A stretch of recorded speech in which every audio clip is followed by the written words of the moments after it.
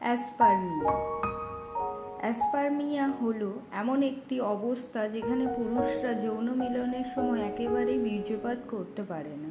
এটি পুরুষ বন্ধ্যত্বের অন্যতম প্রধান কারণ। অ্যাসপারমিয়া কারণগুলি হলো হরমোনের ভারসাম্যহীনতা, কিছু ঔষধ, জন্মগত অ্যাসপারমিয়া, মেরুদণ্ডের আঘাত, প্রদাহ, মানসিক কারণ এসব দেখা যায়।